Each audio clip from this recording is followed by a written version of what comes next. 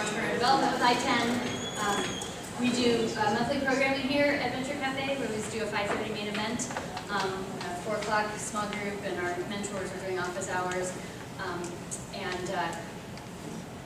For those of you who don't know what I-10 is, we're IT Entrepreneurs Network. We've been around for 10 years. We're a nonprofit that works with tech startups. So we don't have money to give them, but we get them fundable. We work with companies all the way from idea stage through to raising money and growth with our programming. Our current impact report is in the back if you want more information about our programs, or just want our really popular ecosystem map if you're trying to navigate the St. Louis ecosystem and are getting confused. Here's a great map that has all the funding accelerators, the different community resources and the co-working spaces, and then where those entities might be helpful on the life of your company is on the other side, halfway back. So those are in the back. If we run out, please let me know. I have boxes, so don't be shy about grabbing handfuls for your friends. So when we try to figure out what we want to put on our monthly events, we reach out to our current membership and say, what topics are important to you, and so we try to meet those interests and needs, and those can be everything from, this year we've done everything from CRMs are useless and other lies we tell ourselves, to how to build a strong tech product, to things that, like our topic this evening, which is actually one that's really near and dear to my heart as someone who's built teams from employee number 2 up into double digits and back down into single digits. But thinking about this area of company culture and how to build that when your time is limited. This is sometimes an area that founders don't spend enough time and energy really thinking about what they need to do to make sure that they're building strong teams and building strong culture. So tonight we are very excited to have Les Landis from Landis & Associates with us. He is a nationally known expert in this area, in the areas of employee engagement, has a management consulting firm that has been working with a number of companies and helping them figure out how to build strong, high-performance teams and create that trust and that corporate culture. And he is going to come share his thoughts and expertise with us, and especially around some of the new philosophies that are bubbling up in the industry around self-management and shared leadership that is becoming more of a popular approach to building those teams. So that's enough babbling from me. Without further ado, I'll give the, not the mic, but the space and the ability to talk loudly to Les. Okay, great, thanks. Hello, everybody. How are you? I see at least one friend here, Jonathan Jones. Does anybody else know me or have seen any of this stuff before? Or am I a complete alien to you? Alien, right? Okay, there we go. Good. So just to get a sense of the room here, I am curious about what kind of organizations you represent. Or how many folks are with startup organizations right now? Okay. And those who just raised your hand, how many employees do you have roughly at this point? Or are you still just trying to figure that out? 6 employees, 2 founders. Okay, great. What about some of the others? 4. 4, okay. And those who are not in the startups, tell me a little bit about your space. First year Excuse me? First year MBA student. First year MBA, okay, good. Yeah. Small business IT technology company. And how many folks? 12. 12. How long have you been in business? Business has been around for 20-something years. We've Wow. owned it for 4. Okay, very good. All right. Well, I asked that question because the way that I talk about this stuff varies a little bit depending on whether I'm talking with very large organizations or smaller organizations or students in some cases. But the fundamental message with all of them is still pretty much the same. And it really goes to the heart of the title of this book, the title of today's presentation. There's so many things that are going on out there in the name of employee engagement, and I'm going to assume that everybody has pretty much heard that term, right? If you've heard the term employee engagement, please raise your hand. All right, so it's not new. And I was thinking about the history of what's really behind all of the efforts to basically improve employee performance. Because that's what it's about. How do we optimize the skills, the talents, the energy, the resources of the people that we have on our team? And I'm telling you, it goes way back, far further back than most people realize. I mean, how many of you have heard of Frederick Taylor is his last name. I can never remember his first name. Frederick Taylor and scientific management. You ever hear that? That goes back to about the mid-1800s. And then we've got the quality movement that took place in the 1980s, and then total quality management, and on and on and on.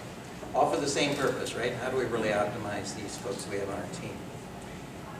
And what I have found, and the reason I came up with this title, is that there's so much stuff out there in the arena of employee engagement that I really wanted to get down to the things that matter, really get down to the heart of the things that matter most. And with the second connotation is really about the fact that heart means it's an emotional thing. If you really want to get employees engaged, you've got to make that emotional connection. In fact, that really goes to the heart of my definition for employee engagement, which is an emotional connection that employees feel for their organization and their work that gets them tuned in, turned on, and eager to go above and beyond. That's what we're really looking for. And to take it even further, what's our goal? We really want to create high-performance organizations where people love to work and customers love doing business. Very intentional about that word love. Very intentional, because it is an emotional thing. Because most people are going to show up and do their job, right? Most people are going to do what they're expected to do. The vast majority of us. But we want to go above and beyond that. So what's the current condition in the country here around employee engagement? I don't know how many of you are familiar with the Gallup survey that they do every year. They've done it every year for about 15 years, the Gallup 12. You're probably familiar with the Gallup 12 indicators to some extent. The one, of course, that we all laugh about is I have a best friend at work. I'm not quite sure what you do when you score low on that. Tell everybody to go get a good friend. But aside from that, we want to make sure that we're doing a lot of the kinds of things that are implicit in that Gallup data. Because what we found, according to Gallup, is only about 30% of employees in this country overall are actively engaged. About 20%, as they say, year after year, actively disengaged, and everybody else is in the middle, and as you can see, it costs a whole lot of money. Now, after looking at this data for 15 years, I hadn't seen that it was changing very much. I kind of started to get weary of it. Then in 2012, I think it was 2012, they started doing this correlation study. And the reason they did it is because people are trying to get a handle on what's the value of this employee engagement stuff. Because if I'm going to invest time, effort, energy, money, equity, people's psyche and everything else that goes into this, I better make sure I'm getting something out of it. And so they took the companies that finished in the top quartile of their employee indicators, their engagement indicators. They took the companies that finished in the bottom quartile of the engagement indicators, and then they gathered all of their key performance data in these categories right here. So the companies that were in the top quartile outperformed the companies in the bottom quartile by these numbers on those indicators. Customer ratings were 10% higher, profitability 21% higher. This is the 2016 study. Productivity was 20% higher, safety was safety incidents 70% fewer, turnover 24% fewer, absenteeism 41% lower, and quality defects 40% fewer. Now, if you're looking for a compelling bottom line reason to do something around engagement, this is a pretty good one. The problem is, what a lot of people wind up doing is saying, well, you know, it looks like that's pretty good, so let's do some of that engagement stuff. So we do one-off things, like let's have yoga classes, and let's have gym memberships, and let's have pizza Fridays, and let's have Employee of the Month awards. Most of that stuff is okay, but please do not have an Employee of the Month award. It's a terrible thing to do to a team. You want to acknowledge people, absolutely, no kidding. Acknowledgement, celebration, recognition, but it's got to be that sincere, spontaneous stuff that happens all the time. We're not looking for icing on the cake here. We want to rebake the cake, the fundamental systems and the processes, right? So what they wind up doing is get caught in what I call the program trap. And I've given you a few examples of program trap, but I got to tell you the story of my colleague Roger Dupree, who's on this same sphere of work that I'm in, who preaches the importance of avoiding the program trap or the icing on the cake, whatever you want to call it. One of the things we really strongly encourage people not to do is to come up with a theme for your initiative to get people engaged, a program theme. You know, so Roger walks up to this client that he was working with, and after working with him for a couple of months, he walked up to work with a group of employees, and there was this big banner across the front of the building, like 40 foot wide. It's like commitment to excellence or something like that. And Roger starts to freak out a little bit, but he decides that he's just going to go in and just ask people what do they think of that. That's what he did, and so nobody would say anything. Finally, this guy who probably been around for 40 years, let's call him Joe, one of those folks that is no authority, but kind of that informal leader that everybody kind of pays attention to. You've seen those folks.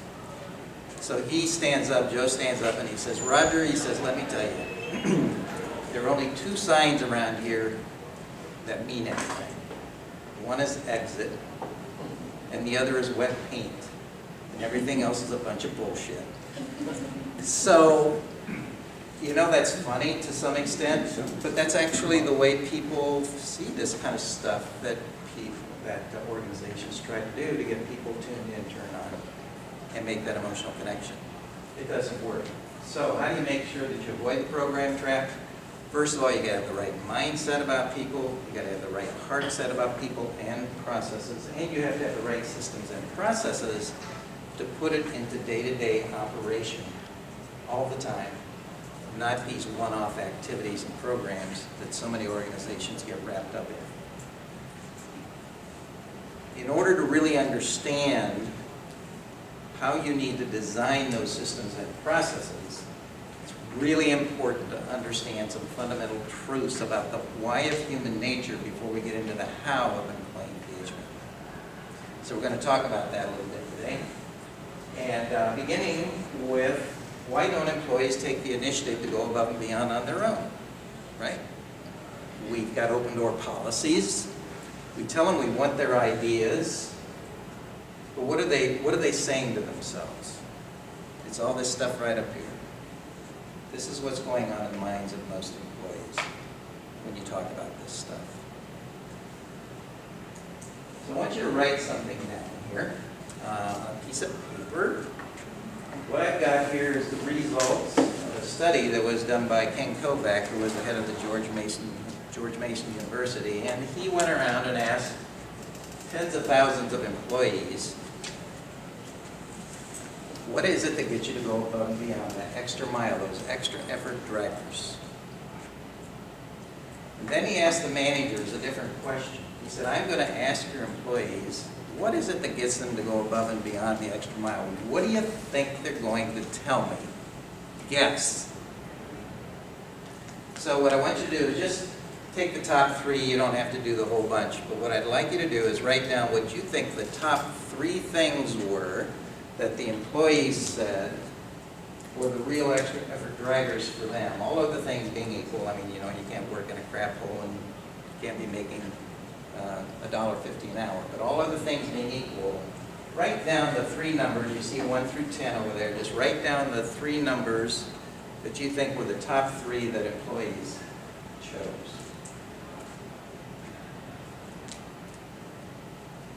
Then I'd like you to write down the numbers, the top three numbers of what you think the managers thought the employees would say.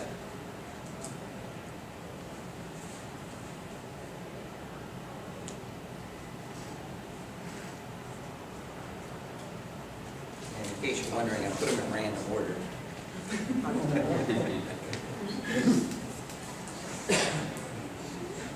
All right, here we go. Here's what the results were. So the things in red are the top three that the employees chose. Number one was interesting work. And think about the emotional connection there, because you know what it's like when you love what you're doing every day. You don't even know what time of day it is. Then number two, as you can see down here, was appreciation of work done. right there. And number 3 was being in on information and decisions. Okay? Now let's see what the, well, first of all, how many of you got that right? Good. Did you get at least one of them in the top 3? Good. All right, so let's look at what the managers said about those 3. Interesting work, they said, oh, the employees will say that's about 5th. And appreciation, work done about 8th. That one I couldn't understand. And being in on information decisions, dead last. Why would they want to be in on information and decisions, right? I mean, just do your work. You know, get it done. And what did the managers pick as the top 3? Not hard to see what that is, right? Number 1 was money. Number 2 was job security. And number 3 was chance to advance. Now, those weren't unimportant. As you can see, there were 4th, 5th, and 6th for the employees. But look what it costs an organization to provide those things versus what it costs to provide the things that really get people tuned in, turned on, and eager to go above and beyond. The difference is it's actually easier to do the stuff the manager said. If you got the money, we can pay it. If we've got a place to promote them, we can do it. Doing this other stuff is actually fairly challenging. But that's where you get the biggest bang for the buck. So here's some other truths about people it's important to understand in this model that we've developed around employee engagement and all that. Some truths about people. You got to believe they want to do a good job. Right? Don't think anybody comes in every day saying, I can't wait to get in there and screw up again. That is not who we are. People don't do that. It may seem like that, but if you believe that, you're already halfway there. They want to be on a winning team. Everybody loves being on a winning team. If you can leverage that, you're going to have people much more tuned in. They want to be included and appreciated, as pointed out in that one study. They've got the desire and the ability to improve. This is really important because this is fundamental to the whole model. I honestly believe that human beings are stamped at conception with this desire to have today be better than yesterday and tomorrow to be better than today. That's just who we are. How do we leverage that? It's incredibly important. We also are caught in a myth that one of the reasons we can't make any progress around here is because people resist change, right? People don't want to change. Well, what they resist is having change shoved down their throat without having any involvement in the decisions about what's going to be done with us. And last, they work best when they're treated like capable, responsible adults instead of children. Being told what to do, and being spanked when they don't do the job right, or they're not doing what they're supposed to do. You got to get out of that fundamental model. Now, what are some of the realities, right? Let's look at the flip side of the coin. We look at the world differently. I'm telling you, I can see this guy's green shirt, and my wife will tell me it's blue. And guess who's right, right? So we look at the world differently, and we would literally be looking at the same data, the same situation, and interpret it completely differently. We make mistakes, right? And instead of using them as treasures for how we're going to make improvements, we thrust blame and shame on people, get into judgment with people, instead of using it as an opportunity. We got a bad hair day sometimes. How many of you have ever waken up in the morning and said, this is a crappy day and I know what it's going to be like? You know what? That's just the way we show up sometimes. And then we don't have the skills to deal with conflict. I mean, I don't know about you, but the first time I think I had a conflict resolution course was when I went to college, or maybe even after that. You know, we had to start doing this in kindergarten so that people are really equipped to do this kind of thing well. And the last thing, of course, we all know is old habits are hard to break and new ones are hard to make. Really, really tough. So we've got to understand all these things about people to make sure that when we're designing systems and processes and making decisions about how we're going to work with one another, that we're taking these things into account. Now here's the big why that led to the writing of my book. The subtitle kind of gives it away. It's called The Power and Purpose of Imagination and Free Will in the Workplace. And when I was beginning to get more in depth in this work, I started asking myself some questions. And one of the questions I asked is, what's the difference between human beings and all other living creatures on the planet? So, We communicate. well, you know what? You can make an argument that a lot of animals communicate pretty well as well. We cook our food. Say what? We cook our We food. cook our food, that's absolutely one difference. But let me ask you this, finish this phrase. Free as a bird, right? We all get that right. Now, what are birds free to do? Fly. What else? Sing. Sing? Yep. So here's the truth. Birds aren't free to do a doggone thing. In fact, no animals are free to do anything. Birds, from the minute they build a nest, till they lay an egg, till they get a worm, till they chirp at your window or whatever, they are driven by a program. They have no choice whatsoever. Human beings have programs too, mostly for the same purpose, propagation of the species, survivals, patterns, habits. But we're the only ones who can wake up in the morning and say, I know the early bird gets the worm, damn it, I'm going back to bed. We can make that choice. We're the only ones who can do that. The second thing that makes us different is our imagination, our capacity to conceive of things that do not exist in the natural world. We can conceive of what it would take to fly to the moon. We can conceive of building buildings, building videos, building PowerPoints, all of the things that we do. It's because, certainly because of our intelligence to some extent, but mostly because of our imagination and free will. So then I hit on this idea. I said, well, okay, what's the deal here? What's the crucial connection? Well, I thought, imagination without free will has no power, and free will without imagination has no purpose. So once I got to that point, I said, okay, so what? So what when it comes to the employees in the workplace? And here's one of the first so whats.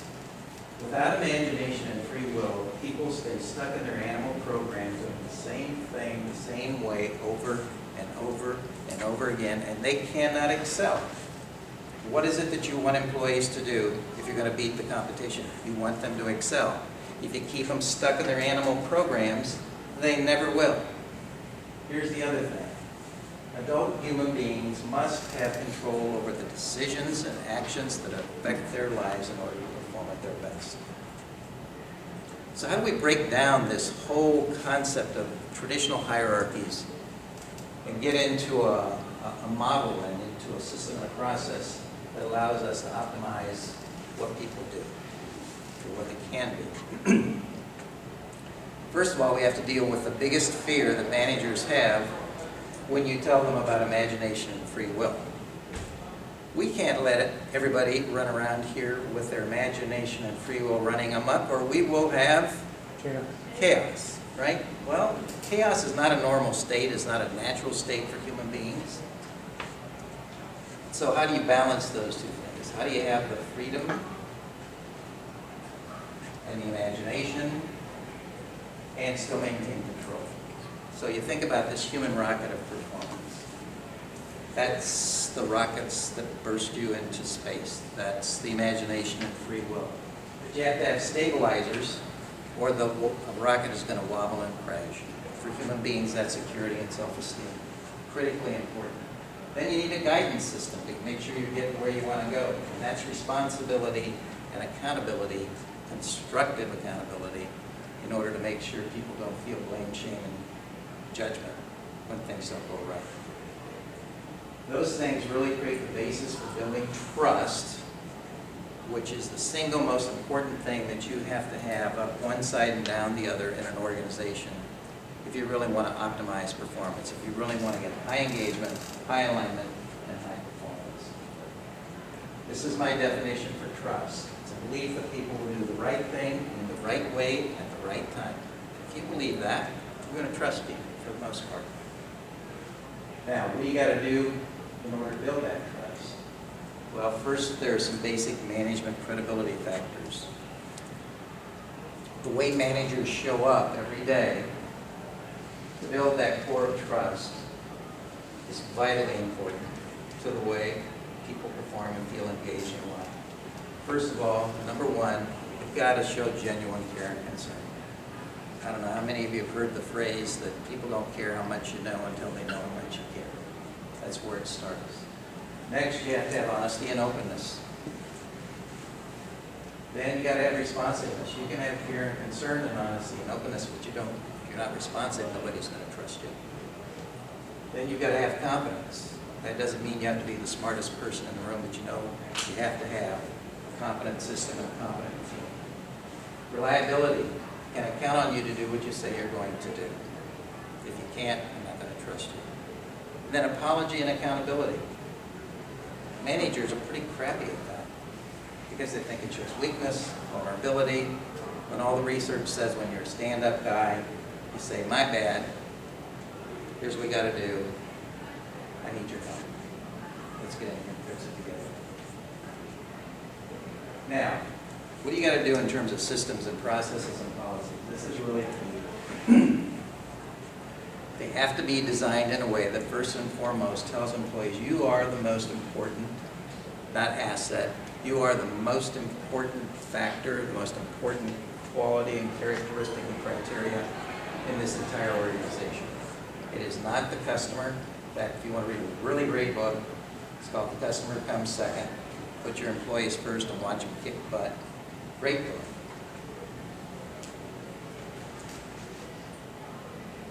Excuse me, I just totally lost track of where I was going.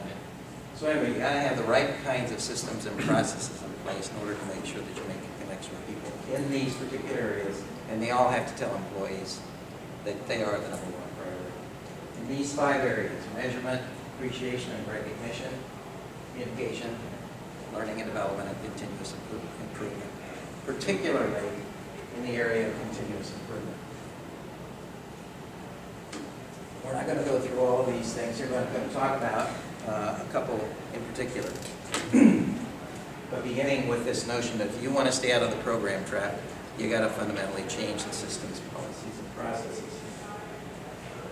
This is a model for what I call real-life, real-time communication, because in virtually all organizations, one of the biggest challenges that people have is how do we communicate effectively around here? And one of the biggest challenges that people have is with the one up there at the top. We're going to go through these, each one of these just a little bit. I get a chuckle out of folks who say, you know, what we need around here is more two-way communication. My comment usually is, what other kind is there? And what they start talking about is the information that they send out through email, through various presentations, and so on and so forth. And I say, well, okay, I get it. Sometimes that's the best you can do to distribute information. Don't confuse that with communication. And don't treat employees like a target who are just trying to receive this information, because what you really need with employees is dialogue. Without dialogue, there is a sense that there's a lot of propaganda going on in this organization. This other one here that I really like is dialogue is the oxygen of change. We always get people involved in change efforts, but we never really have a systematic, structured approach to having dialogue with them so they can participate in the process. Speed used to be a time that maybe when a quarterly newsletter or monthly magazine or whatever was how employees got information. Now it's just got to go like at the speed of the light all the time. What are you doing with your communication systems and processes to make sure people are getting what they need when they need it instantaneously? Availability of information is a policy question. What are we going to share with people? Used to be a time when there was need to know, and the only thing you shared with people is what they absolutely had to know. Well, it goes back to the other point that came out in the COVAX survey.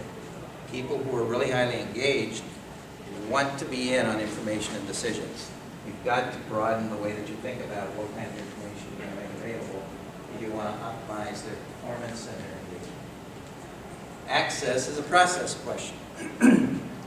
You can have a policy that says everything's available, but I dare you to find it, right? So we've got to have a way to make sure that people want to access the information that we want them to have quickly, effectively. Relevance.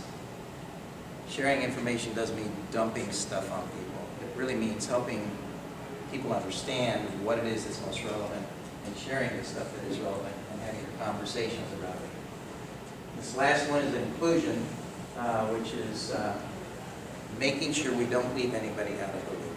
How do we make sure that we're making these decisions about how we're going to do it, we don't leave somebody? Then authenticity and transparency. This is another phrase that I like. You know, we're all full of corporate buzzwords, probably not so much in the kinds of organizations that you're with, but you know, Warren Bennis said the use of buzzwords anesthetizes you to the truth. It really does make you know.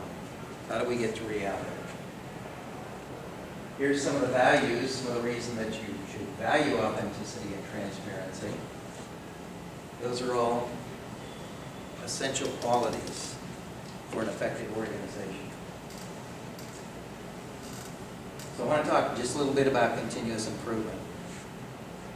I mentioned earlier that a lot of organizations have an open door policy or a suggestion program or whatever, and they can't understand why people don't just jump on board and get tuned in. Problem is that we are so caught up in our animal habits of doing our processes over and over again that if we don't have another habit to break the habit of doing things over and over again, we're just going to keep doing things pretty much the way they are. So you got to build continuous improvement into the daily systems and processes that you have. We like to use, with the clients that we work with, we have weekly huddles where the express purpose is for employees to bring their ideas to those sessions, introduce those ideas, discuss the things that they're struggling with, and figure out how we can continue to make improvements in everything we do. Weekly expectation built into the mechanisms of the way that we do things every day. Where we're doing this kind of thing, we literally get hundreds and thousands of employee ideas, partly because we know how to focus on the small things that matter most. But here are some of the cornerstones of an effective continuous improvement system or process. First of all, it has to be an integrated system, not a one-off program and activity where you get trophies and awards for coming up with ideas and bonuses and all of that kind of stuff. Build it into the day-to-day work. Second thing, as I said before, you got to create a habit to break the habit of doing things over and over again the same way. Make sure you're focusing on those everyday work processes that employees can control, not big things that nobody can have any impact on. Make sure that you facilitate very rapid review and approval of the ideas with supervisors and coaches. Make sure you treat these problems and these mistakes and efforts as treasures. You can learn so much more from the problems and the mistakes that people have. I know one organization that literally has a quarterly fail fest to pick the biggest mistake that they made in the last quarter and figure out what we learned from that. And the last thing is to really emphasize the value of small improvements. Let's don't get caught up in the home runs. Let's get caught up in the base hits, all the little things that everybody can do all the time in order to improve the performance of the team. And this is really fundamental. What you do every day, however small, has greater overall impact than what you do once in a while, however big. That's critically important for this improvement process. And this quote from Helen Keller really makes the point even stronger. I long to accomplish great and noble tasks, but it's my chief duty to accomplish humble tasks as though they were great and noble. The world is moved along not only by the mighty shoves of its heroes, but also by the aggregate of the tiny pushes of each honest worker. It's that little stuff that matters. Now, I want to tell you about something that Melissa was mentioning earlier on about some new things that are showing up on this horizon around engagement. It's called self-management and shared leadership. Melissa asked me to read, was it the code of the Venture Cafe? What's the terminology? Yeah, I don't know. But Venture Cafe sends to us when we put together programming, and it's sort of, here's what Venture Cafe is about. Okay. You know, in sort of the spirit of Venture Cafe. Got it. Well, one of the things they had in there is to consider the absurd. Yeah. And I'm going to tell you something now that's really going to sound absurd. This company right here, the Morningstar Company, is a tomato processing company. And they started off in 1990, and they decided they were going to have no bosses, no hierarchy, nobody was going to give any orders, everyone was responsible for aligning with each other. They built everything on the code of the law. One is criminal law, one is civil law. Criminal law says that you should never force another human being to do anything they do not And in this company, we will not force anybody to do anything they don't want to do, and there will be no repercussions for their decision not to do that. Second one is civil law. That says you should always live up to your commitments and agreements, or renegotiate them in a way that is acceptable to all parties. That's virtually all they did the first few years of the Morningstar Company. A tomato processing company. This is a commodity manufacturing business, right? And you would think, well, how well does that work? In less than 10 years, they became the world's largest tomato processing company. They virtually wiped out the rest of the industry. To this day, there is no boss, there is no manager, there's no hierarchy, nothing. All they have is processes that have been defined. Everybody's very clear about what their responsibilities are for those particular processes. They know what they're being measured on those processes. Anybody can make a request for equipment. You can be a frontline worker, you can be picking tomatoes in the field. If you want to make a request for capital equipment or something, you go up the line just like anybody else would. Now, the thing that a lot of folks wonder, oh, yeah, tell you a few more things. Yeah, this is, everybody has a personal commercial mission statement. Everybody understands what their process responsibilities are, their decision rights, and their performance indicators. Now, when Doug Kirkpatrick, who was one of the executives, came here on May 4th of this year, I brought him into town along with St. Louis University, we said, okay, what happens when people don't agree?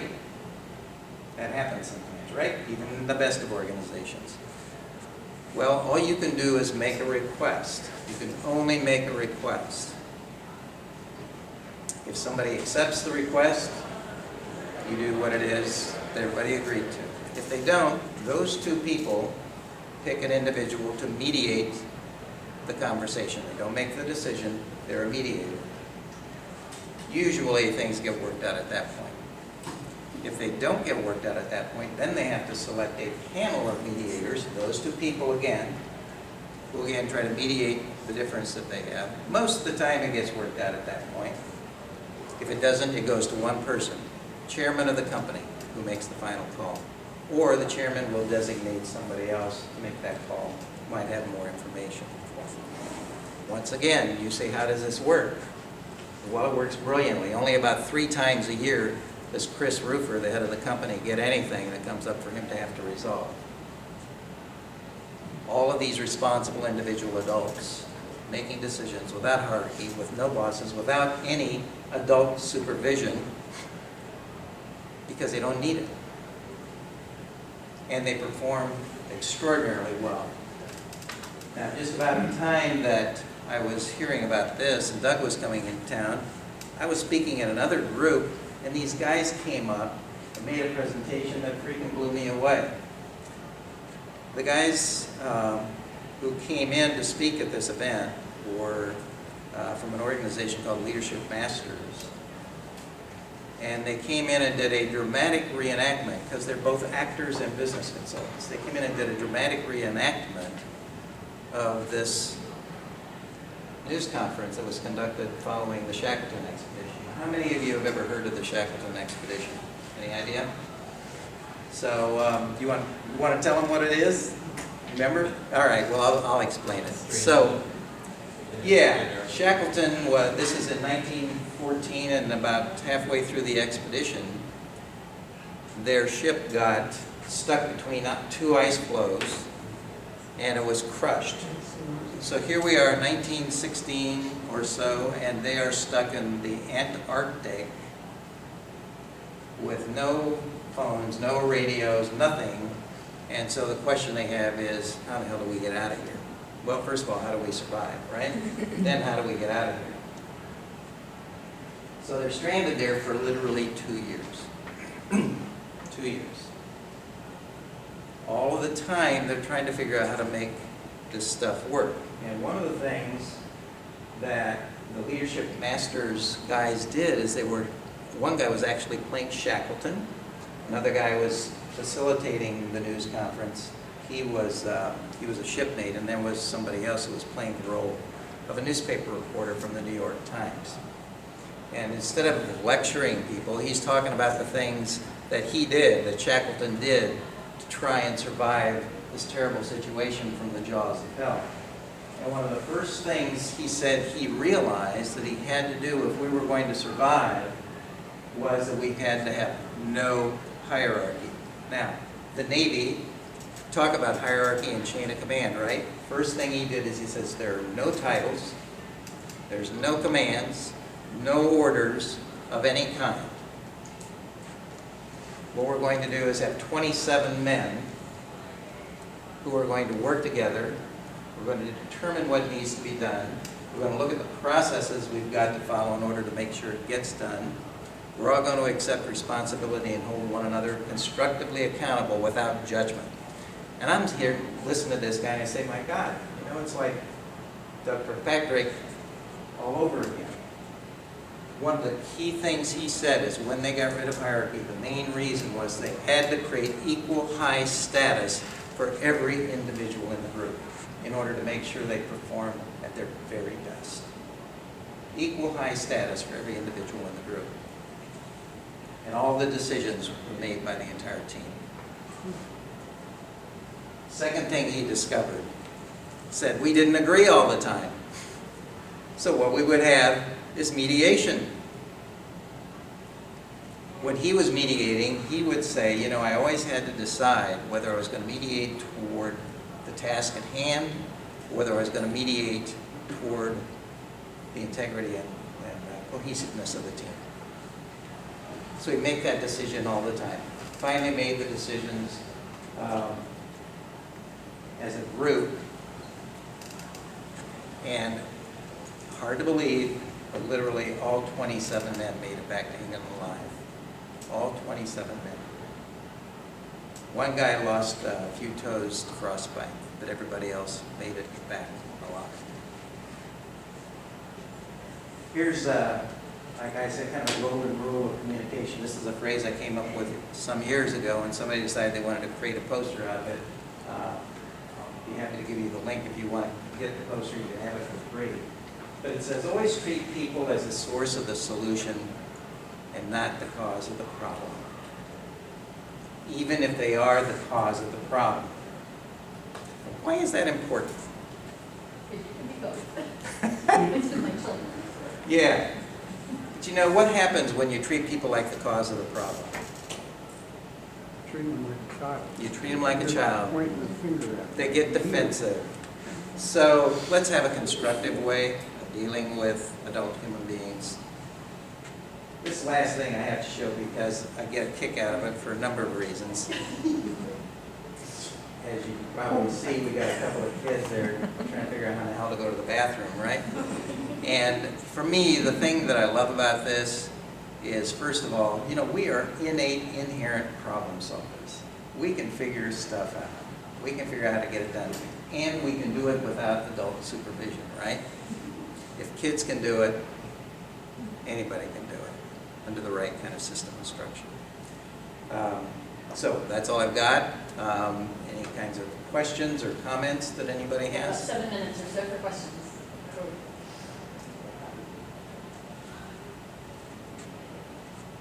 So if you're So- pondering, yeah, go ahead. I was just thinking, given this scenario that we've got, we almost, if we're going to send astronauts off into space, we're going to have something similar to Rule 1, Rule 2, Yeah. Rule 3, in order for them to survive. Yeah, absolutely. Well, Which and is kind of funny, because right now we've got 30 people in the room. People can understand, give and take, and throw them up into space. There's only 7 people up there, or 17, or whatever number. yeah. So I think this could be very valuable. Well, it's very interesting actually, because sometimes in these presentations I run a video clip of the movie that's called The Right Stuff. Have you seen that movie about the first 7 astronauts that went up? And I don't know if you recall when they were first making the decision to send men instead of monkeys, it was kind of a PR ploy, really, because nobody was going to fund efforts with monkeys anymore.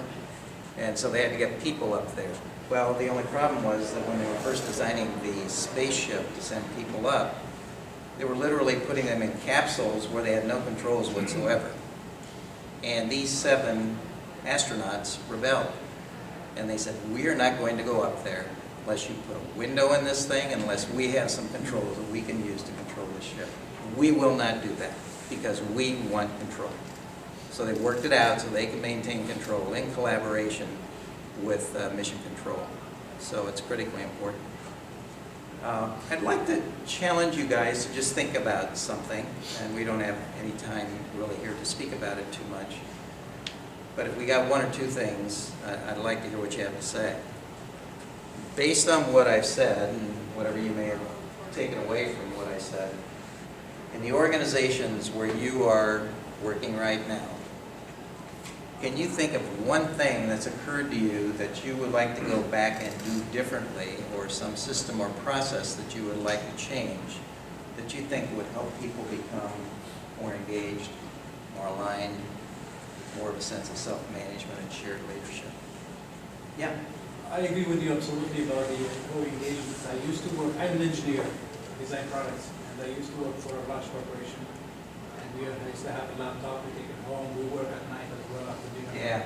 And now I work for a 250 employee company here in St. Louis, and we are not allowed to work after 4:30. Basically, we cannot connect the computer to the company. And everybody's happy. Yeah. And everybody's productive. And the company is doing very, very well. Well, and you know what? You have to design a system and a process and a policy to make sure that people won't do that, because what's our nature? We're going to keep doing the work as much as we can, as long as we can, to make sure we're staying on top of things, right? That's just kind of our nature. So you're right. I mean, you've got to establish the policy, and then you have to actually adjust the systems and the processes so people don't violate the policy. Yeah.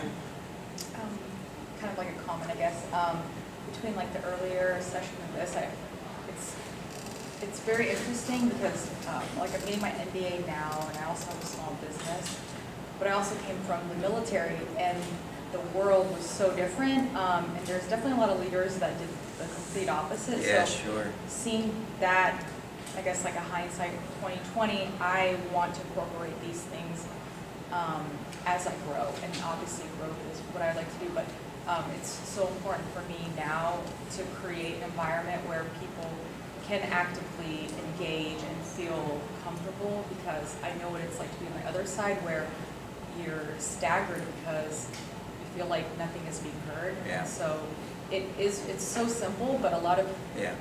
places don't see that by respecting their employees or creating like this diverse environment for open communication. It can do so much, and it's so simple, but a lot of people don't see that. But I definitely have that in the back of my mind, and that's So, why I like to be great. it's very interesting because Jonathan actually introduced me to a guy by the name of Rob Teschner, who was a fighter pilot in the Air Force, and he's now not in the military anymore, and he's creating this consulting practice around what he calls the debrief process, following these missions that they have. And one of the things that's inherent in every single one of those is we debrief after every mission. We look at all of the problems that we had, particularly looking for the problems with no blame or shame or judgment whatsoever, so that we can all feel like we're in a safe space to talk about the things that didn't work, so we don't do them again. We understand how to avoid those things. So even the military is making a pretty big shift in the way that they're thinking about people. It's not so much the order giving as it used to be. So thanks for that. Any other comments? Yes? You just made me think of, I was listening to a session yesterday with the FDA is making a huge paradigm shift as well. Like, instead of that whole compliance, policing type thing, they're looking now at different programs and how they can focus more on just cultural excellence as a whole, not like kind of having, making people just have these processes geared toward quality alone and policing, and then everything else is somewhere else in a corner. Now they want to give them, a benefit, or they're trying to figure out what or how they can give companies the opportunity to show, to have that safe space and not feel uncomfortable to even talk to the FDA and the trust and That, I'll tell you what, I'm going to look into that, because right now, I just finished spending a year working with Monsanto's quality department. Because and this they... is just on the medical device side. So Okay. I don't know on the other. Got it. areas, but. Well, they wanted to shift the Monsanto quality function from being policemen and being people that just did tests after the fact, being part of the whole team that designed the systems and the processes, so that quality was managed by everybody with Yes. equal responsibility, understanding what processes needed to be put in place and who's going to be responsible for the processes. There's a whole big communication piece that goes along with that as well. But you know, Doug Kirkpatrick, who spoke here in May, was pretty categorical. He was talking about all these success stories of the companies that he's working with around the world. He said, you know what? Any company that isn't doing self-management and shared leadership in 10 years is going to lose. They cannot win against companies that are doing that successfully, effectively, systematically. Okay, we So- need to wrap up because we need to be respectful of the 6:30 crew. Yeah. Because the 4:30 crew is very respectful of our time and our setup too. So thank you so much for joining me and thanking Les for sharing it. If you have continued conversation, we'll move out into the community Okay. gathering to finish that up because the Good. communication or the conversation is good. And I just want to say, anybody who wants to give me their business card, I will send you a free PDF of my book and some of the materials that you might find useful. So when we're out in the hall, you can just hand me your And business we card. always put the video of this main event on our website at itnstl.org. Thanks for coming, guys. Yeah.